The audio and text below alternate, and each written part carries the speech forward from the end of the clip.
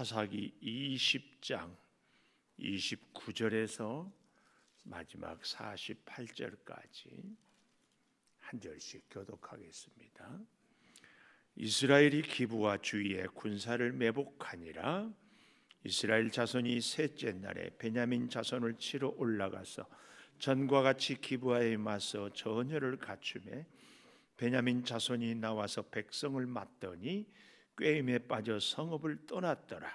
그들이 큰 길 곧 한쪽은 베델로 올라가는 길이요 한쪽은 기브아에 들러 가는 길에서 백성을 쳐서 전과 같이 이스라엘 사람 30명 가량을 죽이기 시작하며 베냐민 자손이 스스로 이르기를 이들이 처음과 같이 우리 앞에서 패한다 하나 이스라엘 자손은 이르기를 우리가 도망하여 그들을 성읍에서 큰 길로 꿰어내자 하고 이스라엘 사람이 모두 그들의 초소에서 일어나서 바알 다말에서 전열을 갖추었고 이스라엘의 복병은 그 장소 곧 기브아 초장에서 쏟아져 나왔더라.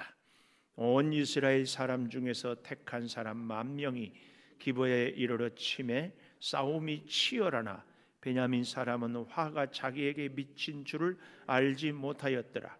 여호와께서 이스라엘 앞에서 베냐민을 치심에 당일에 이스라엘 자손이 베냐민 사람 25,000명을 죽였으니 다 칼을 빼는 자였더라.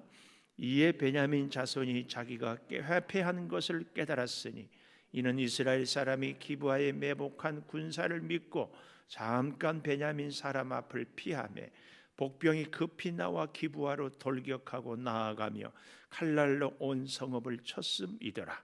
처음에 이스라엘 사람과 복병 사이에 약속하기를 성읍에서 큰 연기가 치솟는 것으로 군호를 삼자 하고 이스라엘 사람은 싸우다가 물러가고 베냐민 사람은 이스라엘 사람 30명 가량을 쳐 죽이기를 시작하며 이르기를 이들이 틀림없이 처음 싸움같이 우리에게 패한다 하다가 연기 구름이 기둥같이 성읍 가운데에서 치솟을 때에 베냐민 사람이 뒤를 돌아보매 온 성읍의 연기가 하늘에 닿았고 이스라엘 사람은 돌아서는지라. 베냐민 사람들이 화가 자기들에게 미친 것을 보고 심히 놀라 이스라엘 사람 앞에서 몸을 돌려 광야 길로 향하였으나 군사가 급히 추격하며 각 성읍에서 나온 자를 그 가운데에서 진멸하니라. 그들이 베냐민 사람을 에워싸고 기브아 앞 동쪽까지 추격하며 그 쉬는 곳에서 짓밟음에 베냐민 중에서 엎드린 자가 18,000명이니 다 용사더라.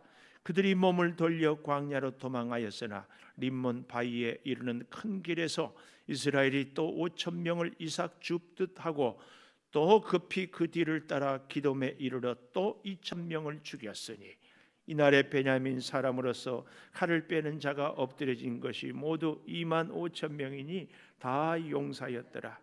베냐민 사람 600명이 돌이켜 광야로 도망하여 림몬 바위에 이르러 거기에서 넉 달 동안을 지냈더라. 이스라엘 사람이 베냐민 자손에게로 돌아와서 온 성읍과 가축과 만나는 자를 다 칼날로 치고 닥치는 성읍은 모두 다 불살랐더라. 아멘.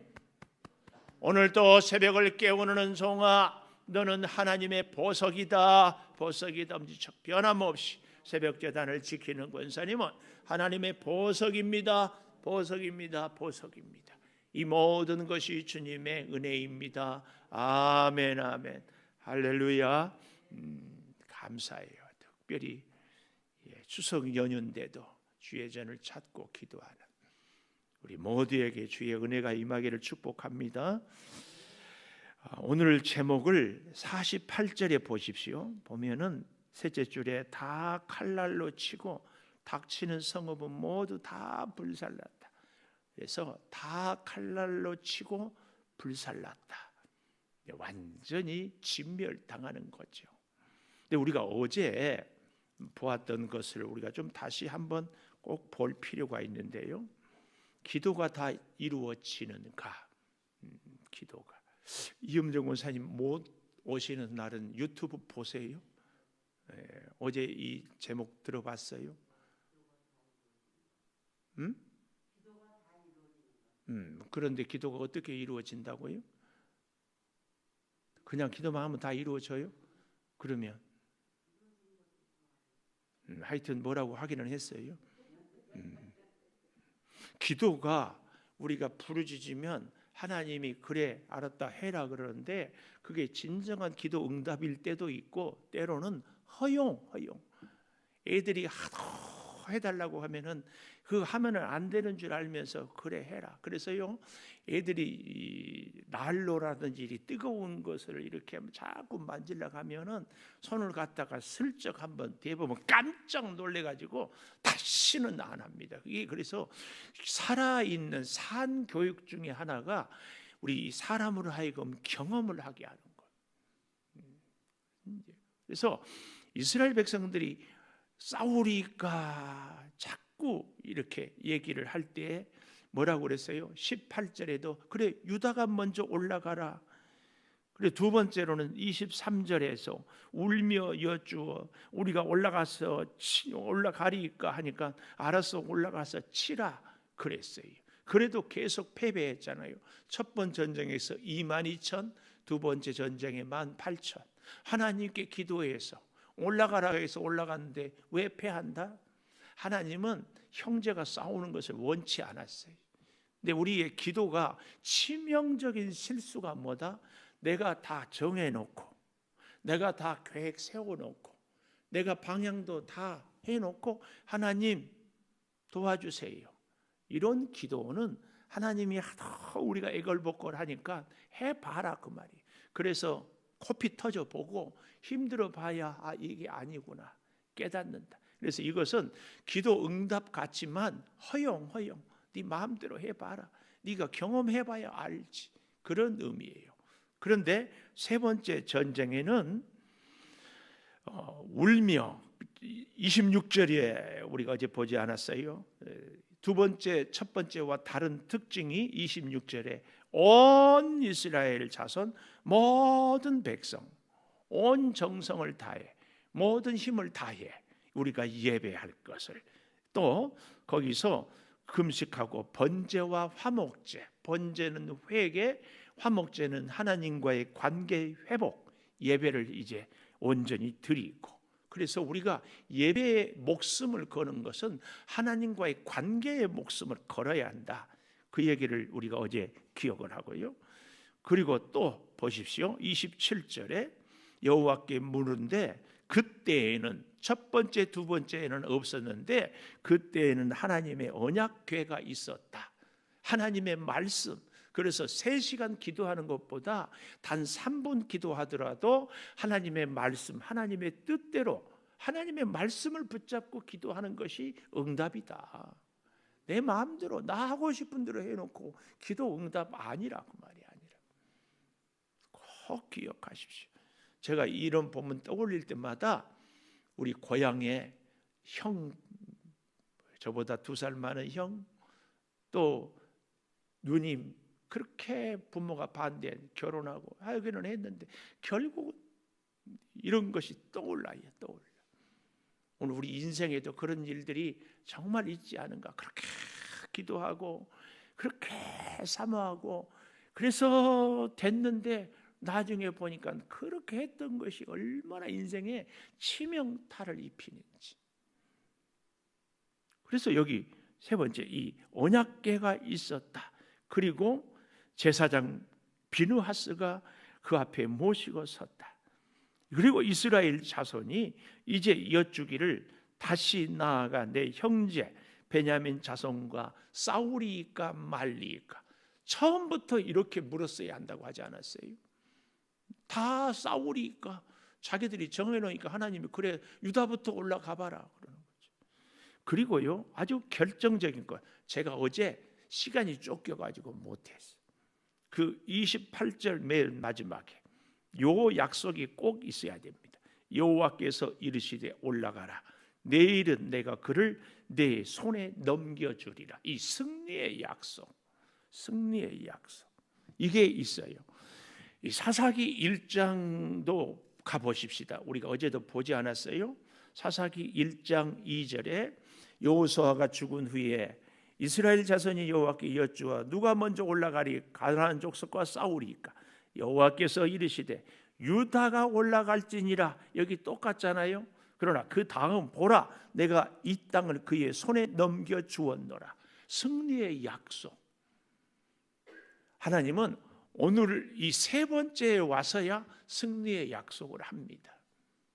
그러니까 하나님이 승리 약속 안 했는데 자기들이 올라가서 싸우고 싶다고, 숫자가 많다고, 또 자기들의 생각은 자기들이 그래도 베냐민보다는 더 의롭다고 생각한 이것 때문에 전쟁에 나갔다가 결국은 22,000명, 18,000명 합쳐서 40,000명. 이것은 베냐민의 승리가 아니고 뭐라고요? 이스라엘을 향한 하나님의 심판이었어요. 하나님은 항상 이스라엘을 복을 줘도 먼저 주고 징계를 해도 이스라엘을 먼저 하는 것. 우리 대한민국이 이 짧은 기간 동안에 참 어려운 시절에서 이렇게 선지국 반열에 선 것은요, 전 세계 선교 역사에 우리 대한민국 한국교회처럼 짧은 기간에 급성장한 나라가 없어요. 교회의 역사가 나라의 역사거든요. 그런 면에서 저는 굉장히 두렵습니다. 이 코로나 때에 한국 교회가 이런저런 이유로 교회가 코로나의 온상지인 것처럼 매스컴은 막 떠들고, 그래서 예수 믿는 우리들까지도 교회에 오는 것을 꺼리고 하나님께 예배를 자기 마음대로 막 드려버리는, 하나님이 어떻게 할 것인가에 대해서 여러분, 우리는 진짜 긴장하고 나라와 민족을 위해서 기도 많이 해야 됩니다. 나라와 민족이 든든히 서야 우리도 신앙생활하기가 참 좋습니다. 잊지 마십시오. 승리를 약속해서 올라갔다. 우리가 어제 놓쳤던 것. 자, 오늘 그래서 베냐민이 처참하게 당하는 모습을 이야기하고 있거든요. 이렇게 크게 지금까지는 별일 없었어도, 지금까지는 승리했어도 결국은 결정적인 순간에 얘들 말로 쌍코피 터지죠. 어떤 과정을 거치는가 하면은 그 첫째로 31절에 베냐민 자손이 나와서 백성을 맞더니 꾀임에 빠져 성읍을 떠났다. 첫째, 꾀임에 빠져. 꾀임에 빠져. 기가 막힌 것은요, 속아도 속은 줄을 몰라요. 지금 망해가는지도 망한지도 몰라. 지금 내 몸이 병들어 가는데도 병든지를 몰라. 알코올 중독자들이 알코올에 점점 찌들어 가는데도 몰라. 이 하나님의, 그래서 제가 하나님의 사람들은 정말 기도해야 될 것이, 하나님 내 귀가 복된 귀. 그래서요, 복된 귀는요 같은 여러 가지 것 중에서도요 딱 들을 것이 들려져요. 이게 복된 귀거든요. 우리의 눈도 복된 눈이 뭐예요? 내가 보아야 할 것이 쫙 보여요. 근데 기가 막힌 것은요, 우리가 들려지는 것, 우리가 보는 것이 다 내가 관심이 있고 내 인격이 어디 쪽에 쏠려 있느냐에 따라서 들리고 보이고 그래요. 이게 기가 막. 그래서 우리가 하나님 앞에 기도하고 엎드리고 해야 할 이유가, 우리의 성품, 우리의 인격 자체가 복되고, 복돼야 복된 것이 들리고 보이고 하거든요. 그래야 꾀임에 빠지지 않아요. 베냐민은 그들의 그 불량배들 때문에 하나님 앞에 회개하고, 그리고 불량배들을 제 생각에는 한 10여 명 될까 싶어요. 그랬으면은, 그런데 이 꾀임, 사탄의 꾀임에 빠진 거예요. 그 지금은 이스라엘 백성들의 이 전술 전략에 빠졌다, 이렇게 볼 수 있는데, 어쨌든 우리는 망할 사람은요 꾀임에 빠졌고, 복 받을 사람은 그 꾀임을 능히 극복하고 이깁니다. 이겨. 우리는 그래서 여기 꾀임에 빠져 성읍을 떠났더라, 꾀임에 빠져 성전을 떠났더라, 꾀임에 빠져 나 하고 싶은 대로 내 생각대로 살았더라. 아니에요. 말씀 붙잡고 살아야 되는데, 말씀이죠. 그래서요, 게임에 빠져 성읍을 떠나니까 32절 보십시오. 베냐민 자손이 스스로 이르기를 이들이 처음과 같이 우리 앞에서 패한다. 처음과 같이 한 번 그리고 두 번 이기니까 이제 눈에 뵈는 게 없지요. 당연히 또 이기는 줄 알았어. 이게 우리에게 늘 위험한 거거든요. 지금까지 잘 살았으니까 앞으로도 잘 살 것이다. 그렇지 않아요. 그래서 우리가 일마다 때마다 기도해야 돼요. 이 베냐민 자손이 스스로 처음처럼 이들이 패한다 하고 기고만장해서 다 나왔어요. 근데 이스라엘 자손들은 우리가 도망하여 그들의 성읍에서 큰 길로 꿰어내자. 왜요? 좁은 데서 싸우면 숫자가 많으나 작으나 하는데 넓은 들판으로 나오면 40만 명의 이스라엘 11지파의 연합군이 훨씬 유리하지. 이 꿰어내자 하고 33절 이스라엘 모든 처소에 일어나 바알 다말에서 전열을 갖추고 이스라엘 복병은 그 장소 곧 기브와 초장에서 쏟아져 나왔더라. 온 이스라엘 사람 중에서 택한 사람 10,000명이 기브아에 이르러 치매 싸움이 치열하나 베냐민 사람은 화가 자기에게 미친 줄 알지 못하였더라. 알지 못해요. 왜요? 꾀임에 빠졌기 때문에. 지금 이 전쟁이 패하는지 이기는지 우리가 지금 속고 있는지 속지 않고 있는지를 알 수가 없어. 왜요? 그동안 2번이나 이겼기 때문에. 이거 화가 자기들에게 미친 것을 알지 못하는 베냐민 사람들. 우리는 그래서 여러분 매일 매순간 잘 될 때도 더 긴장하고 힘들고 어려울 때도 겸손히 일마다 때마다 기도하고 이게 한 걸음 한 걸음. 근데요 참 재밌는 것은 35절에 보면 여호와께서 이스라엘 앞에서 베냐민을 치심에 여호와께서 이스라엘 앞에서 베냐민을 치심에 당일에 이스라엘 자손이 베냐민 사람 25,100명 25,100명 아까 제가 봉독할 때도 25,000명이라고 읽었어요. 25,100명 100명. 그런데요 자 우리가 그 아래 46절에 이날에 베냐민 사람으로서 칼을 빼는 자가 엎드러진 것이 모두 25,000명이니 다 용사였다. 46절에서는 25,000명 여기 35절에서는 25,100명 이것들은 그 사본들에 따라서 조금 이렇게 차이가 있는 것으로 어쨌든 우리는 25,000명 그러니까 전체가 몇 명이었어요? 26,000명 베냐민 거기다가 왼손으로 물맷돌을 돌리는 700명 26,700명 중에서 25,100명 내지 25,000 그러면 11,600명 한 10분의 1이 뭐예요? 거의 18분의 1 20분의 1 그러니까 한 명 20명 중에 한 명 남 완전히 전멸하다시피 하는. 그래서 저는 세 번째로 42절에 보니까 이런 말씀이 나와요.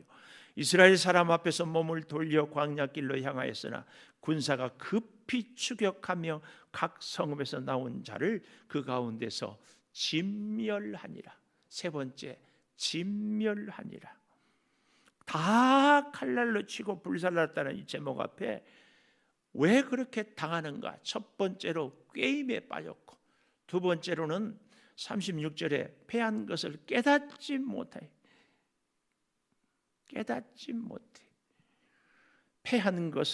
패한 것을 깨달았으니 패한 것을. 그렇기 때문에 마지막 42절에 다 진멸합니다. 이 진멸하는 모습을요 아주 세세하게 설명하고 있는데 보십시오. 43절에 보면 그들이 베냐민 사람을 에워싸고 기브아 앞 동쪽까지 추격하며 그 쉬는 곳에서 짓밟음에 도망가서 잠시 쉬는데 거기까지 가서 짓밟았어요. 이 짓밟았다는 표현 또 45절에 보면 하반절에 큰 길에서 이스라엘 자손이 또 5천 명을 이삭 줍듯 하고, 이삭 줍듯 곡식을 추수를 했는데 남은 것들 하나도 남기지 않고 다 줍잖아요. 그러니까 이 이삭 줍듯 했다 이 말은 다른 말로 씨를 말렸다 그 말이에요. 그래서 44절에서 18,000명, 45절에서 5,000명을, 그리고 45절 마지막에 급히 그 뒤를 따라 기돔에 이르러 또 2,000명을 죽였다. 이렇게 세 번에 걸쳐서 25,000명을 죽이잖아요. 그래서 46절에 보면 이날에 베냐민 사람으로서 칼을 빼는 자가 엎드러진 것이 모두 25,000명이니 다 용사였다. 이제 21장 다음 주 월요일, 화요일 이틀에 걸쳐서 우리가 보게 될 텐데요. 참 슬픈 코미디, 기가 막힌 일이 일어나는데, 왜냐하면은 여기 47절에 베냐민 사람 600명이 돌이켜 광야로 도망하여 림몬바위에 이르러서 넉 달 동안 지냈다. 베냐민의 남자들이 다 죽고 600명. 그 나머지 1,000명은 어디 갔는가? 아마 뿔뿔이 흩어져 있는 행방불명, 다 없어졌어요. 더욱 끔찍한 것은요, 마지막 48절 셋째 줄에 보십시오. 온 성읍 가축 만나는 자를 다 칼날로 치고 닥치는 성읍은 모두 다 불살랐다. 여러분, 전쟁에서 전쟁의 룰, 원칙이 있는데 무장하지 않은 민간인은 죽이면 안 됩니다. 전쟁의 원칙은 서로 무기를 드는 사람을, 그래서 아무리 적과 싸웠어도 무장을 해제하고 총을 놓고 손을 들고 항복하면 죽이지 않는 거예요. 적도. 그런데 오늘은 자기 형제 베냐민 자손에게 돌아와서 온 성읍 가축 만나는 자를, 이 말은 민간인들까지도 다 칼날로 치고 닥치는 대로 다 불살랐다. 이렇게 잔인한, 왜요? 감정이 복받쳤기 때문에. 왜 이런 일이 생겨요? 사실은 베냐민 지파도 이스라엘 지파도 서로 하나님 앞에 회개하고 기도하자. 이 전쟁은요, 정확하게 얘기하면 첫 번, 두 번째 패한 것은 이스라엘 11지파에 대한 심판이라면 마지막 세 번째 전쟁에 패한 것은 베냐민에 대한 심판입니다. 그래서요, 형제가 싸우면요, 누가 이긴다? 아니에요. 둘 다 져요. 예수 믿는 우리가요, 예수 믿는 성도끼리 싸우는 것은 결국은 양쪽 다 지는 겁니다. 우리가 다 경험해 보잖아요. 교회 안에 어떤 명분, 어떤 이유로도 서로 분쟁하고 싸우면 결국은 마귀만 깔깔깔거리지, 하나님의 성도들, 하나님의 교회는 다 패자들입니다. 다 패하는 거예요. 아무리 내가 잘했다 옳다 해도요, 그건 자기 생각이지 하나님이 보았을 때는 다 패배하는 겁니다. 진짜 승리한 사람은 상대를 용납해주고 인정해주고 세워주고, 그래서 시간이 지남으로 하나님이 깨닫게 해서 내가 미처 그때는 몰랐었구나. 그래서 그가 살고 또 내가 살고, 이것이 우리 성도가 가야 할 길입니다. 가정에서도 마찬가지. 여러분, 내가 옳으니까 너는 틀렸으니까, 그래서 너는 싸워서 패해야 돼, 이런 법은 성경에 없습니다. 우리의 싸울 대상은 사탄 마귀이지 우리의 형제가 아닙니다. 형제와 우리 성도끼리 서로 뜻이 맞지 않을 때 하나님께 맡기고 기도하고 기다리는 거지요. 기다려야지. 여러분, 우리가 인생을 살면서 나이가 들면서 그래도 한 가지 참 감사한 것은 여러 가지 상황이나 경험을 통해서 깨달으면서 그때 내가 알았던 것이, 지금까지 내가 경험했던 것이 100% 옳거나 다 잘한 것만은 아니라는 것을 우리가 알게 되잖아요. 그렇다면 지금 이런저런 갈등이 있고 번민이 있을 때 좀 기다리고 기도하면서 하나님께 맡길 필요가 있지요. 하나님께. 기도하겠습니다. 다 칼날로 치고 불살라 버린다고 11지파가 승리한 것이 아닙니다. 아버지, 베냐민이 2번씩이나 이겼다고 베냐민이 승리한 것이 아닙니다. 형제의 다툼은 둘 다 패하는 것입니다. 다투지 않도록, 싸우지 않도록 하나님의 뜻을 구하며 하나님의 말씀 앞에 내 자신을 돌아보며 하나님의 사랑으로 하나 되는 그 은혜를 우리 교회에, 아니 삼천리 방방곡곡에 흩어져 있는 교회들에게, 우리 사랑하는 성도들의 가정에 임하게 하여 주시옵소서. 아버지 하나님, 추석 명절에 가문의 식구들을 만날 때 혹이 영적으로 신앙적으로 갈등하고 있습니까? 어루만져 주시고 내가 양보하고 내가 물러서고 내가 내 뜻을 내려놓음으로 진정한 승리를 우리가 얻을 수 있는 이 하나님의 섭리를 깊이 깨닫고 실천케 하여 주시옵소서. 주님, 우리의 인생에 가는 길에 주님이 승리를 약속하기까지는 주님 앞에 더욱 엎드리게 하여 주시옵소서. 아버지 하나님, 거룩한 주일을 준비하는 아름다운 손길들이 오늘 성전에서 구석구석에 헌신합니다. 성전을 청소하고 방역하고 주방에서 귀한 음식을 준비하고 우리 교회학교 아동부 친구들을 전화로 신방하고 목장의 식구들을 돌보며 살피며 아버지 하나님, 주의 전에 이 코로나 위기 가운데 예배하기를 사모하는 우리 온 성도들, 또한 영상으로 예배에 참여하는 우리 성도들 꼭 같이 하여 주시옵소서. 특별히 육체의 질병으로 고통받고 치료의 은혜를 사모하는 우리 성도들을 주께서 속히 급속한 치료를 이루어 주시옵소서. 우리가 경영하는 사업장이 참 어렵습니다.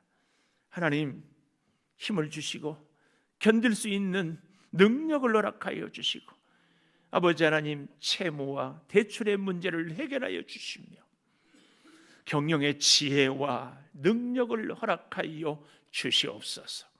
배움의 길에 있는 우리 자녀들, 입대한 자녀들, 외국에 가 있는 자녀들, 진로를 위해서, 진학을 위해서 긴장하며 노심초사한 우리 자녀들 어루만져 주시옵소서.